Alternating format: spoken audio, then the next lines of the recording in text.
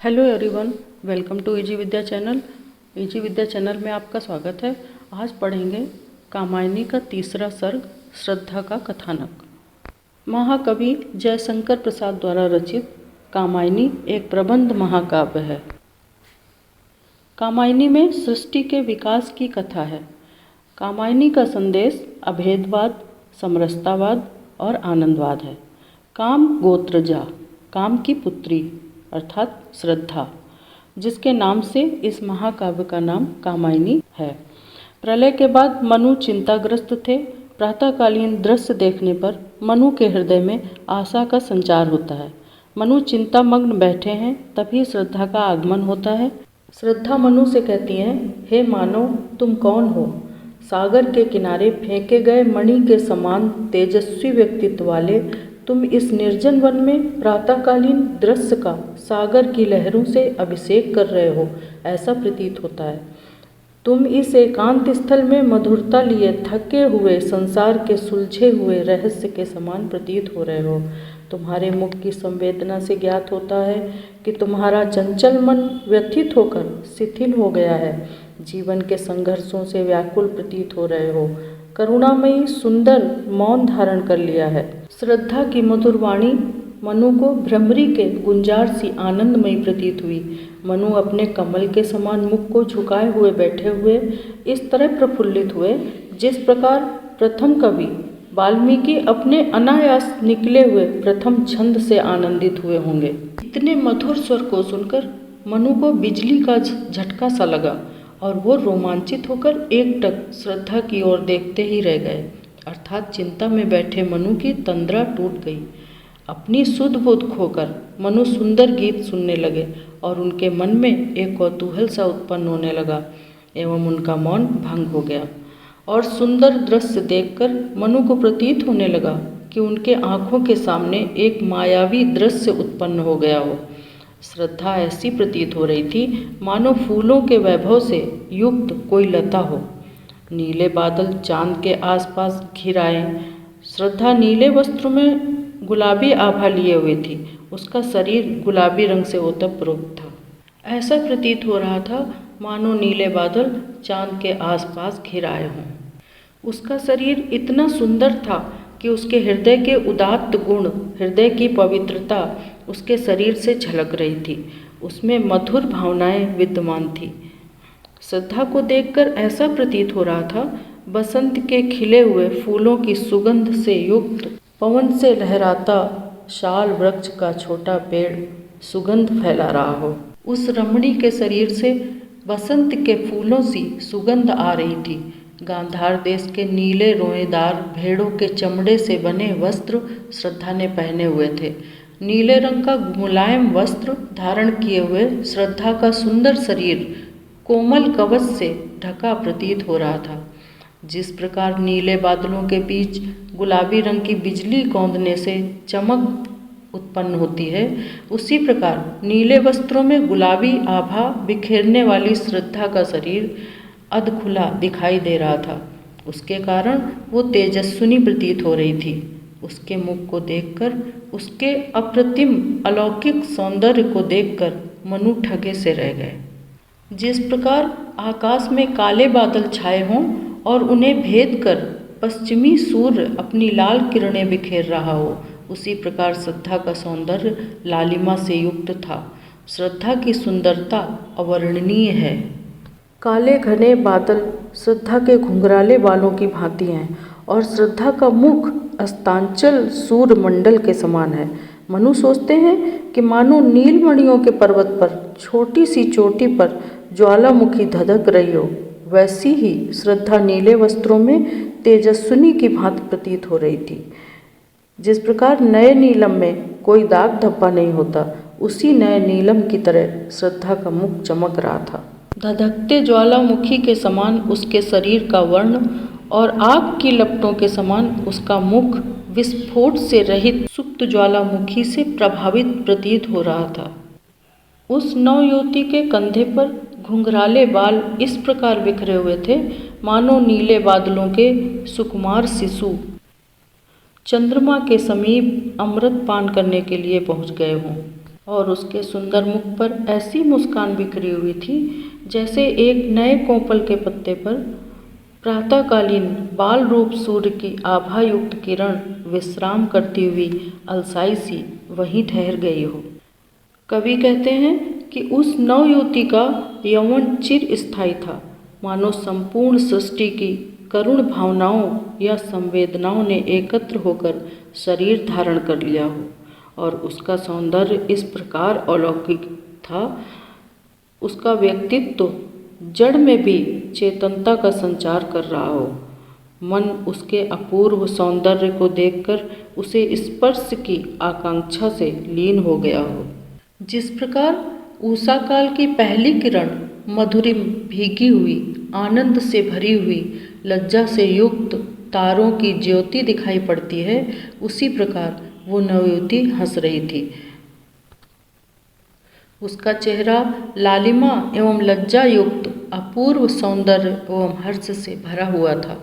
कवि कहते हैं कि मनु के हृदय में अनेकों प्रकार की कल्पनाएं उठती हैं। मनु सोचते हैं फूलों की वाटिका में मंद पवन के झोंकों से मकरंद का आधार लिए वन प्रदेश के फूलों की सुगंध ने साकार रूप धारण कर लिया हो, उस हवा के साथ सुगंध बिखर रही हो। मनमोहक आकार लिए जो नवयुवती सामने खड़ी है, मानो फूलों के पराग के कणों को मधु में डुबोकर श्रद्धा का निर्माण किया गया हो। श्रद्धा वैसे तो सुंदर है ही, लेकिन उसकी हंसी से वो पूर्णिमा के चांद की तरह उज्जवल प्रतीत हो रही थी। उसकी मदमस्त हंसी उसका प्रतिबिंब थी। निरंतर हंसी उसके मुखमंडल पर विद्यमान थी, मानो मधुरिमा स्वयं हंस रही हो। मनु श्रद्धा के प्रश्नों का उत्तर देते हुए कहते हैं कि मैं आकाश एवं पृथ्वी के बीच असहाय हूँ। मेरा जीवन एक रहस्य बनकर रह गया है। टूटे तारे की तरह टूटकर गिर गया हूँ। उल्का की तरह मनु के जीवन में भटकाव है। उल्का जिस तरह शून्य में भटकता है, उसी तरह संघर्ष से भरा हुआ इस निर्जन स्थान में भटक रहा हूँ।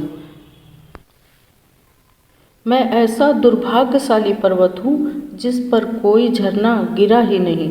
जिस प्रकार पर्वत के अस्तित्व की सार्थकता झरने के प्रवाहित होने से है, ऐसा हिमखंड हूँ जो पिघलता ही नहीं, अर्थात मैं संसार के कल्याण के लिए उपस्थित ही नहीं हुआ हूँ।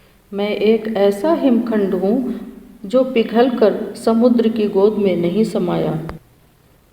समस्याओं में इतना उलझा हूँ कि मैं अपने भविष्य से अनजान हूँ। मैं अपनी आनंददायक इच्छाओं को और अपने जीवन के आनंदमयी संगीत को भूलता ही जा रहा हूँ। मेरा दैन्य जीवन जो विषाद से भरा हुआ है, अंधकार की गुफा की ओर बढ़ता ही जा रहा है। मेरे जीवन का उल्लास समाप्त हो गया है। क्या कहूँ, मैं नीले आकाश की गुफा में भटक गया हूँ। निराशा एवं अवसाद मेरे अंदर व्याप्त हो गई है। मैं एक दिशा में भटक कर इस निर्जन स्थान में रह गया हूँ। मनु कहते हैं कि मैं अपनी स्मृतियों का ढेर बनकर रह गया हूँ। अपने जीवन के अतीत के प्रकाश का धुंधला सा प्रतिबिंब ही देख पाता हूँ। मेरा जीवन जड़ता से भर गया है। मैं जीवन की सफलता का एक संकलित बिंब बनकर रह गया हूँ। उल्लासपूर्ण जीवन की संकल्पनाओं में खो गया हूँ। सफलता प्राप्त करने में अभी न जाने कितना समय और लगे, उन्हें विलंब ही देखने को मिल रहा है। मनु अपनी दयनीय और अभावग्रस्त जीवन से परिचित कराने के बाद उस नवयुवती से पूछते हैं कि तुम कोयल के समान बोलने वाली कौन हो।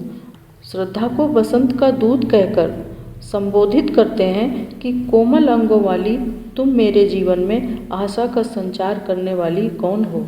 मेरे जीवन के घने अंधकार में बिजली की सी चमक के साथ मेरे जीवन में उल्लास भरने वाली, ग्रीष्म ऋतु में मंद शीतल वायु की तरह प्रवाहित होने वाली तुम कौन हो। अंधकार में नक्षत्र के समान, नैराश्यपूर्ण हृदय में आशा की किरण के समान, कल्पना की सुंदर लहर के समान तुम्हारे आगमन से मेरे मन की हलचल शांत हो गई है। वो आगंतुक नवयुवती श्रद्धा मनु की व्याकुलता को शांत करने के उद्देश्य से अपना परिचय देती है। जिस प्रकार कोई कोयल जीवन में आनंद भरने वाला फूलों को मधुर संदेश दे रही हो, मेरे मन में नव उत्साह एवं आनंद भरा हुआ था और मैं ललित कलाओं, नृत्य कला, संगीत आदि का ज्ञान प्राप्त करना चाहती हूँ और गंधर्व देश के अपने पिता की अत्यंत प्रिय स्वतंत्र प्रकृति की होने के कारण मैं इधर उधर विचरण करती रहती हूँ। अपने मन की जिज्ञासा को शांत करने के उद्देश्य से भाव जगत के सुंदर सत्य को जानने के लिए मैं खुले आसमान में विचरण कर रही हूँ। हिमालय पर्वत की ओर जब दृष्टि जाती है तो ऐसा प्रतीत होता है कि पृथ्वी सिकुड़कर हिमालय पर्वत की ओर आ गई हो। मेरा मन बहुत व्याकुल हो जाता है।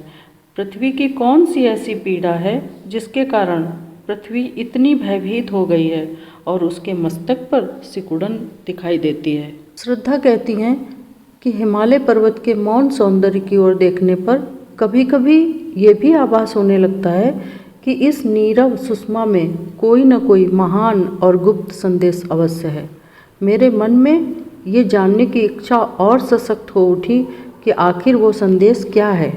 आगे श्रद्धा कहती हैं कि ज्यों ही मेरे मन में हिमालय के मौन सौंदर्य में विद्यमान गुप्त संदेश को जानने की उत्सुकता जागृत हुई, मेरे चरण भी आगे बढ़ चले। इस प्रकार रमणीय पर्वत श्रृंखलाओं में अनेक मनोहर दृश्यों को देख मेरे नेत्रों की प्यास बुझ गई। इसी निष्कर्ष में पहुंची कि यह पर्वत ऊपर वैभवशाली हैं तथा उनकी साज सज्जा भी मनोहारिणी है। एक दिन अचानक इसी हिमालय पर्वत के नीचे अपार सागर अपने पूरे वेग से उमड़ उठा और वो गरजता हुआ पर्वत की तलहटी से टकराने लगा। अकेले घूमते फिरते मैं इस ओर निकल आई।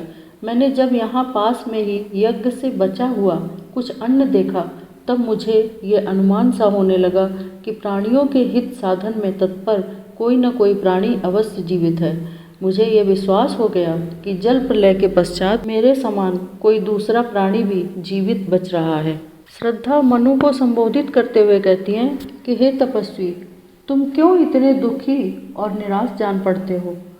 तुम्हें इतनी अधिक व्यथा क्यों हो रही है? मनु को अशांत देखकर आश्चर्य के साथ पूछती हैं कि तुम्हारी इस अशांति का कारण क्या है? क्या अब तुम्हारे हृदय में और अधिक दिन जीवन रहने की चाह एवं जीवन के प्रति कुछ भी मोह नहीं रहा?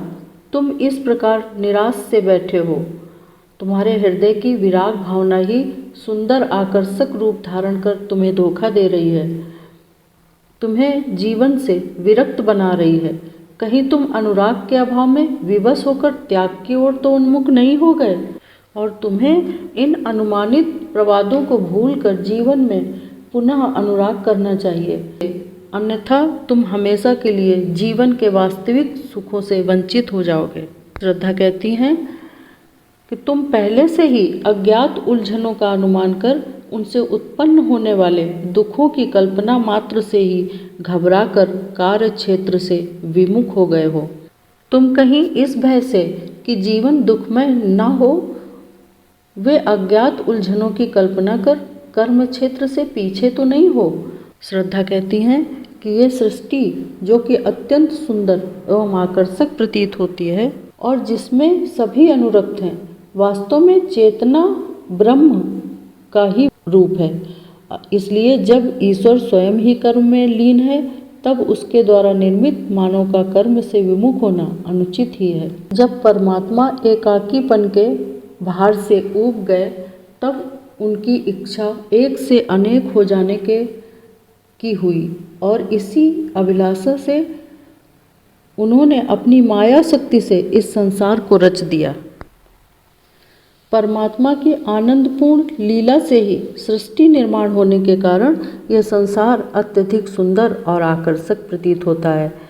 मानव मात्र को कर्म में रत रहने पर ही सच्चा सुख मिल सकता है।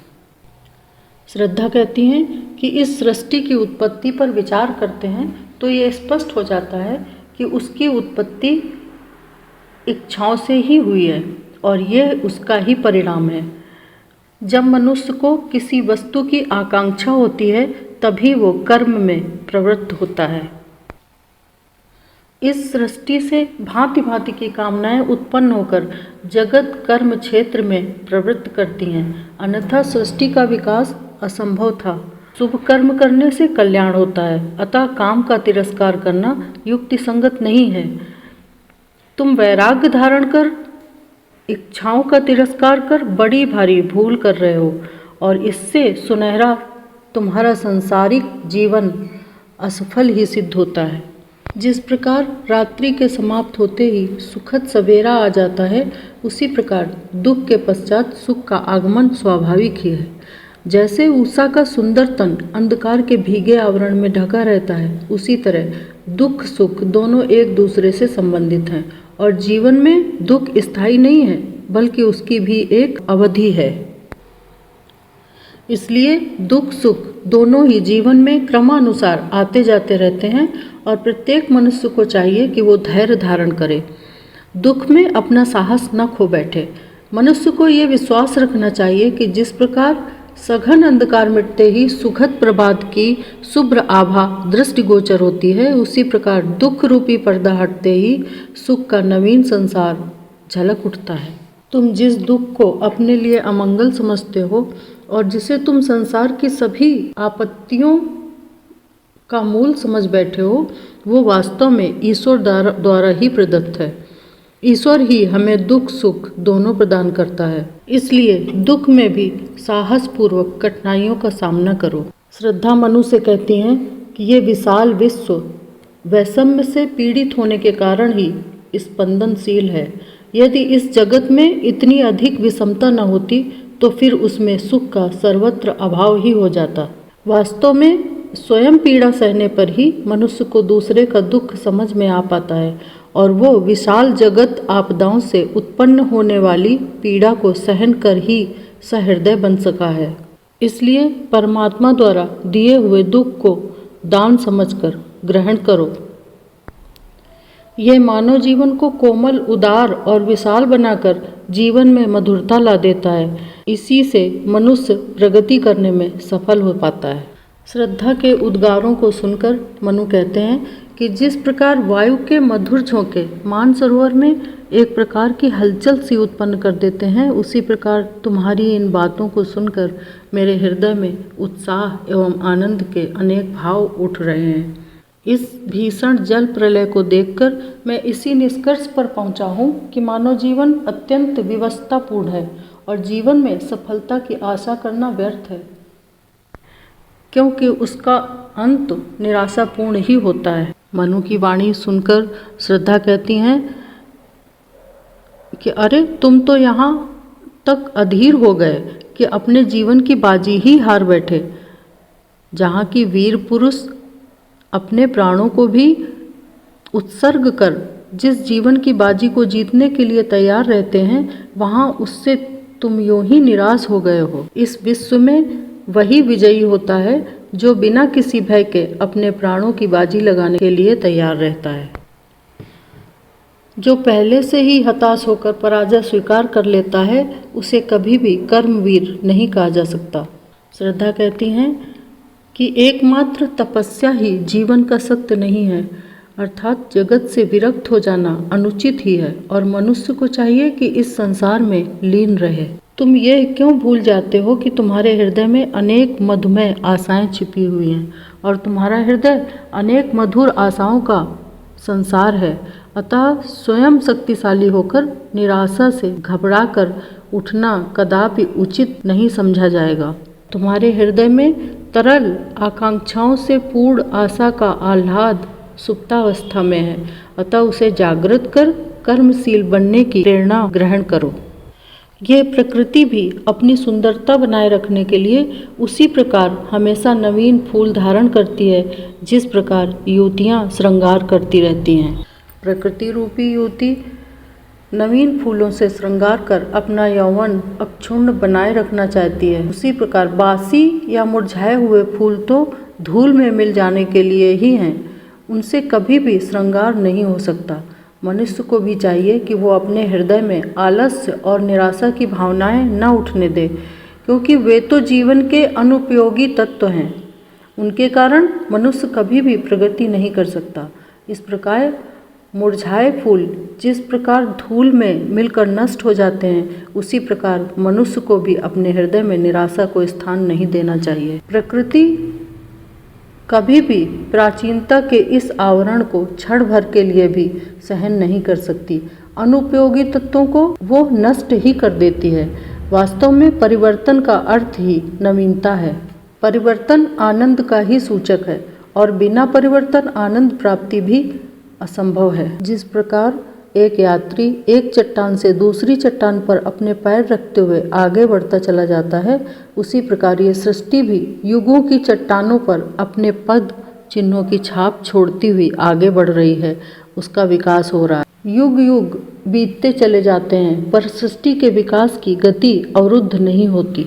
विश्व की सभी वस्तुएं नाशवान हैं तथा एक जाति के नष्ट होने के पश्चात दूसरी जाति अवश्य उत्पन्न होती है। जब वो नष्ट हो जाती है तब दूसरी जाति पैदा होती है। इस प्रकार सृष्टि का विकास निरंतर होता रहता है। प्रकृति हमेशा विकासशील ही रही है। इस प्रकार यह जगत परिवर्तनशील ही है।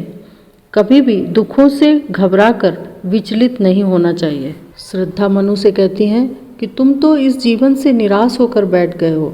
ये विशाल पृथ्वी है जो कि विपुल प्राकृतिक ऐश्वर्य से पूर्ण है। चेतन प्राणी जड़ प्रकृति का आनंद लेता है। श्रद्धा मनु से कहती हैं कि एकाकी जीवन व्यतीत करने का तुम्हारा विचार अत्यंत तुच्छ है। यह सृष्टि के नियमों के अनुकूल नहीं है। कोई भी प्राणी अकेले कोई कार्य नहीं कर सकता, इसलिए तुम भी एकाकी रहकर बिना किसी दूसरे की सहायता लिए जीवन यज्ञ करने में असमर्थ ही रहोगे। आकर्षणहीन एकाकी जीवन आत्मविस्तार की संभावनाओं को दूर कर देगा, अपनी आत्मा का विकास नहीं कर पाओगे। श्रद्धा मनु से कहती हैं कि एक ओर तुम्हें स्वयं ही अपने दुख का बोझ उठाना पड़ रहा है और दूसरी ओर तुम किसी का सहारा भी नहीं ले रहे हो। तुम्हारी इस दशा को देखते हुए बहुत ही सोच विचार कर मैंने ये निश्चय किया है कि बिना किसी विलंब के तुम्हें अपना सहयोग प्रदान कर अपने कर्तव्य का पालन करूं। श्रद्धा कहती हैं, आत्मसमर्पण ही समस्त सेवाओं का सार है। इसलिए मैं आज बिल्कुल निस्वार्थ भावना से तुम्हारे चरणों में अपना जीवन समर्पित करती हूँ। आत्मसमर्पण दुखपूर्ण जगत में पड़ी हुई तुम्हारी जीवन नौका को पार लगाने के लिए पतवार के समान सिद्ध होगा। श्रद्धा मनु से कहती हैं कि तुम मेरे हृदय की दया, माया, ममता, माधुर्य और अगाध विश्वास के अधिकारी हो। अतः इनमें से जिसे भी चाहो स्वेच्छा से ग्रहण कर सकते हो। मेरा हृदय तो स्वच्छ भाव रत्नों का खजाना है। उसमें असंख्य निर्मल भावनाएं हैं और वे सब तुम्हारे लिए ही हैं। अतः तुम जो भी चाहो सुगमता से प्राप्त कर सकते हो। मेरी यह अभिलाषा है कि तुम सृष्टि के मूलाधार बनो और भावी संस्कृति की ये लता तुम्ही से फले फूले। जिस प्रकार लता के फूल वातावरण को सुरमित बनाए रखते हैं, उसी प्रकार मेरी यही मनोकामना है कि फूलों की भांति तुम्हारी सुंदर संतति के सुकार्यों से तुम्हारा यश समस्त सृष्टि में व्याप्त हो उठे। अपने उद्गारों को व्यक्त करते हुए श्रद्धा ने मनु को कर्म क्षेत्र में प्रवृत्त होने की प्रेरणा देते हुए कहा, तुम विधाता के इस कल्याणकारी वरदान को नहीं सुन रहे कि शक्तिशाली होकर विजय श्री प्राप्त करो। ईश्वर भी यही चाहता है कि मानव प्राणी शक्तिवान होकर विजयी बने। श्रद्धा मनु से कहती हैं कि तुम्हारा भविष्य अंधकारपूर्ण नहीं है, बल्कि मंगलमय वृद्धि अर्थात कल्याणकारी विधान तुम्हारे सामने है। और जब तुम अपने जीवन को आकर्षण का शक्तिशाली केंद्र बनाओगे, तुम्हारे सामने विश्व का समस्त सुख एवं वैभव खिसता चला आएगा। जिस प्रकार जीर्ण क्षीण पुरानी वस्तुओं को गलाकर नवीन वस्तुओं का निर्माण किया जाता है, उसी प्रकार देवताओं की असफलताओं के कारण जिन कारणों से उनका विनाश हुआ है, उस पर विचार कर इस नवीन विचारधारा के आधार पर मानव संस्कृति का निर्माण किया जा सकता है। श्रद्धा फिर से कहती हैं कि मेरी हार्दिक अभिलाषा तो यही है कि ईश्वर द्वारा रची गई ये मंगलमयी सृष्टि इस पृथ्वी पर पूर्ण रूप से सफल हो और चाहे सभी स्थानों पर समुद्र ही दिखाई पड़े, जल फैल जाए और सूर्य, चंद्र व तारे आदि ग्रह अपने स्थानों से विचलित हो उठें। अनेक ज्वालामुखी पर्वत फटने लगे, परंतु मनुष्य को कभी भी किसी भी प्रकार विचलित नहीं होना चाहिए। इस प्रकार भयंकर से भयंकर परिस्थितियों में भी मानव प्राणी को अविचलित रह उसे मंगलमयी सृष्टि की सत्ता को सार्थक सिद्ध करना चाहिए। श्रद्धा मनु को प्रोत्साहित करते हुए कहती हैं, समुद्र चाहे कितनी ही जलधाराओं के रूप में बहने लगे और कछुए की भांति द्वीप समूह चाहे उनमें कितनी भी बार डूबें और बाहर आएं, लेकिन मनुष्य दृढ़तापूर्वक अपने स्थान पर डटा रहे। मानव जाति के अभ्युदय का उपाय सोचना चाहिए। पृथ्वी को जलमग्न देख हताश मत हो जाओ।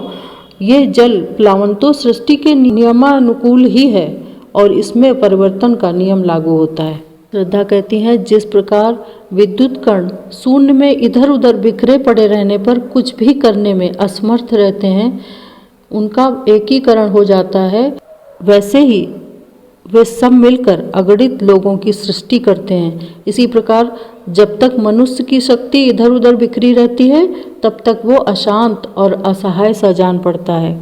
मनुष्य को चाहिए कि वो बिखरी हुई शक्ति को एकत्र कर शक्ति समन्वित हो जाए, और ऐसा करने पर तो मानवता की विजय निर्विवाद रूप से होगी।